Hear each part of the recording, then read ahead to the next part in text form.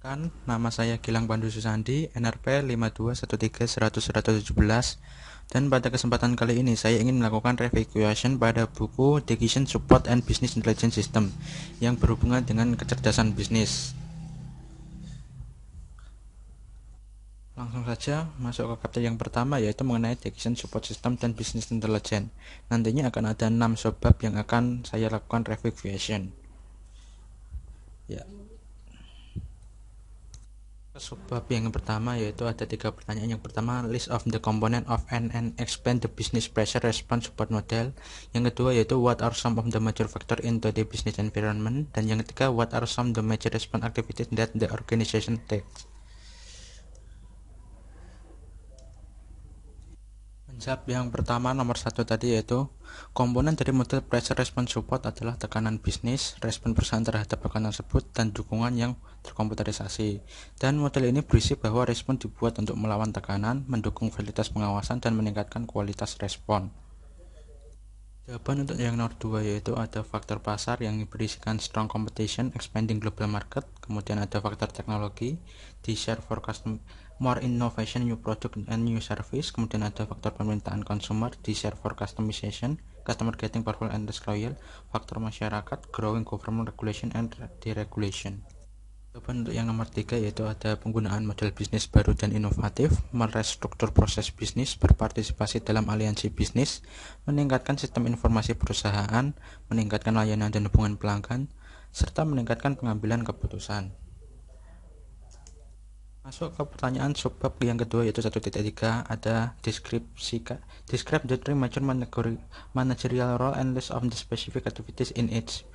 Kedua yaitu we have some argued that management is the same as decision making. Yang ketiga yaitu describe the 4 step manager take in making decision.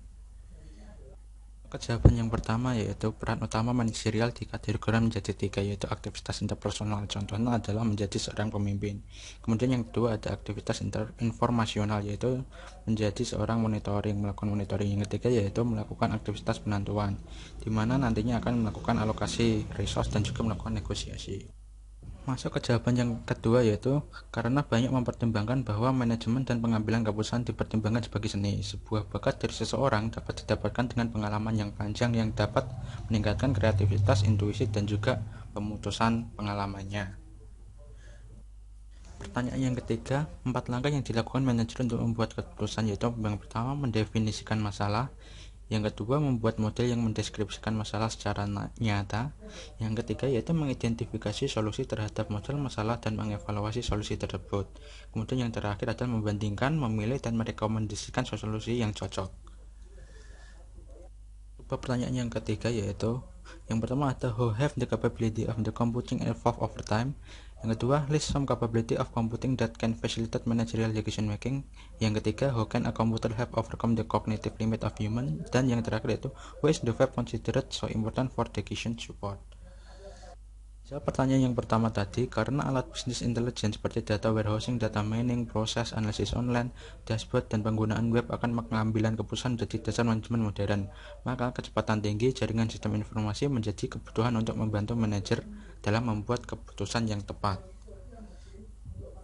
Jawab ke pertanyaan yang kedua yaitu ada perhitungan cepat, meningkatkan komunikasi dan kolaborasi, meningkatkan produktivitas dari anggota grup, meningkatkan manajemen data, mengatur gudang data besar, dan juga bantuan kualitas. Jawab pertanyaan yang ketiga yaitu komputer dapat menyimpan, mengakses, dan memproses informasi dalam jumlah banyak melebihi kemampuan otak manusia untuk melakukan hal ini, dan oleh karena itulah komputer dapat melebihi kemampuan kognitif manusia. Menjawab pertanyaan yang keempat yaitu karena web menyediakan satu, akses data yang sangat luas dan pengetahuan di seluruh dunia. Yang kedua yaitu web itu sangat umum sehingga user friendly dan telah ada GUI-nya. Dan yang ketiga, kemampuan untuk berkolaborasi secara efektif dengan remote. Yang keempat, ketersediaan kepintaran alat pencari yang dapat digunakan manajer untuk membantu mencari informasi. Subbab yang keempat yaitu 1.5 ada 6 pertanyaan, yaitu yang pertama are the structure, unstructured, and semi-structured decision provide two example of each. 2. Define operational control, managerial control, and strategic planning provide two example of each. Yang ketiga, what are the 9 cells of the decision framework. Yang keempat, how can computer provide support to structured decision.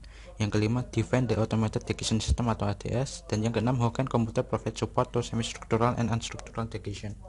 Jawab pertanyaan yang kedua, yaitu kontrol operasional adalah eksekusi yang efektif dan efisien dari tugas yang spesifik. Contohnya adalah melakukan scheduling komputer storage backup. Kemudian ada kontrol manajemen adalah menggunakan perolehan dan efisien dari suatu bahan untuk mencapai tujuan organisasi. Contohnya adalah melakukan hiring a production coordinator. Kemudian yang ketiga ada perencanaan strategi adalah mendefinisikan tujuan jangka panjang, kebijakan dan pengalokasian sumber. Contohnya adalah jawab pertanyaan yang ketiga, yaitu setiap dari 9 sel mempresentasikan kombinasi dari sebuah struktur keputusan dengan satu tipe dari kontrol manajemen. Sel 1 mempresentasikan struktur keputusan yang jatuh di antara kemunculan dari kontrol operasionalnya, dan seterusnya seperti itu berlanjut terus. Jawab pertanyaan yang keempat, level tinggi dari struktur yang menstruktur masalah telah membuatnya mungkin untuk mengabstrak mereka, menganalisis dan mengklarifikasi menjadi kategori yang spesifik. Untuk setiap kategori itu mungkin akan menemukan pendekatan standar solusi, biasanya dengan model standar kuantitatif.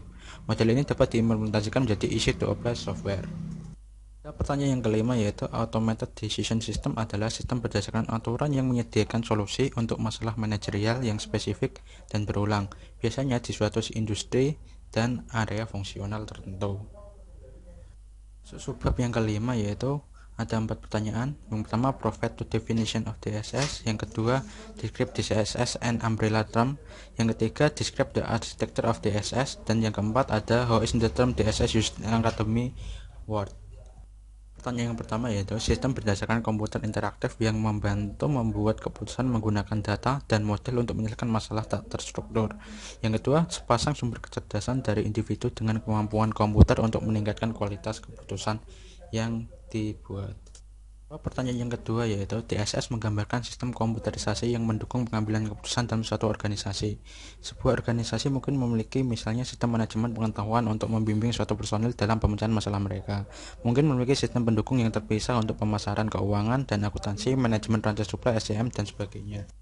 Menjawab pertanyaan yang ketiga, yaitu arsitektur DSS terdiri dari 4 komponen ditambah opsional kelima. 4 komponen yang diperlukan adalah data untuk mendorong sistem, model untuk memanipulasi data, pengguna untuk mengontrol sistem, dan user interface di mana mereka mengendalikannya. DSS juga dapat opsional memiliki komponen pengetahuan. Pertanyaan yang berikutnya, DSS istilah digunakan terutama di dunia akademis saat ini. Hal ini biasanya digunakan untuk menggambarkan daerah penelitian yang berkaitan dengan dukungan komputer untuk pengambilan keputusan. Nama dari sebuah jurnal terkemuka di lapangan dan judul standar saja. Industri cenderung untuk menggunakan intelijen bisnis jangka, namun keduanya tidak selalu dilihat sebagai identik. Subbab yang terakhir, yaitu ada pertanyaannya beberapa. Yang pertama itu mendefinisikan BI, yang kedua list and describe the major component of BI, yang ketiga list and describe the major tangible and intangible benefit of BI, yang keempat what are the major similarity and difference of DDS, DSS and BI, dan yang kelima adalah define MSS. Pertanyaan yang pertama, BI merupakan istilah umum untuk menggabungkan arsitektur alat-alat, database, aplikasi, dan metodologi. Tujuan utama adalah untuk memungkinkan akses interaktif untuk data, memungkinkan manipulasi data ini, dan untuk menyediakan manajer bisnis dan analisis kemampuan untuk melakukan analisis yang cepat. Pertanyaan yang kedua, jawabannya yaitu ada sistem BI memiliki keempat komponen utama: gudang data, analog dengan data dalam arsitektur DSS, analisis bisnis dan manajemen kinerja bisnis, bersama-sama analog dengan model dalam arsitektur DSS, dan antarmuka pengguna yang sesuai dengan komponen nama yang sama dengan dalam arsitektur DSS. Pertanyaan yang ketiga, yaitu menurut salah satu survei manfaat utama dari BI melaporkan lebih cepat dan lebih akurat, meningkatkan pengambilan keputusan, meningkatkan layanan pelanggan, dan meningkatkan pendapatan. Jika yang pertama tidak berwujud, yaitu mereka telah tidak langsung terkait nilai keuangan, yang terakhir adalah nyata. Yang kelima, yaitu sistem dukungan manajemen mengacu pada konsep luas menggunakan teknologi untuk mendukung tugas-tugas manajerial secara umum dan pengambilan keputusan pada khususnya.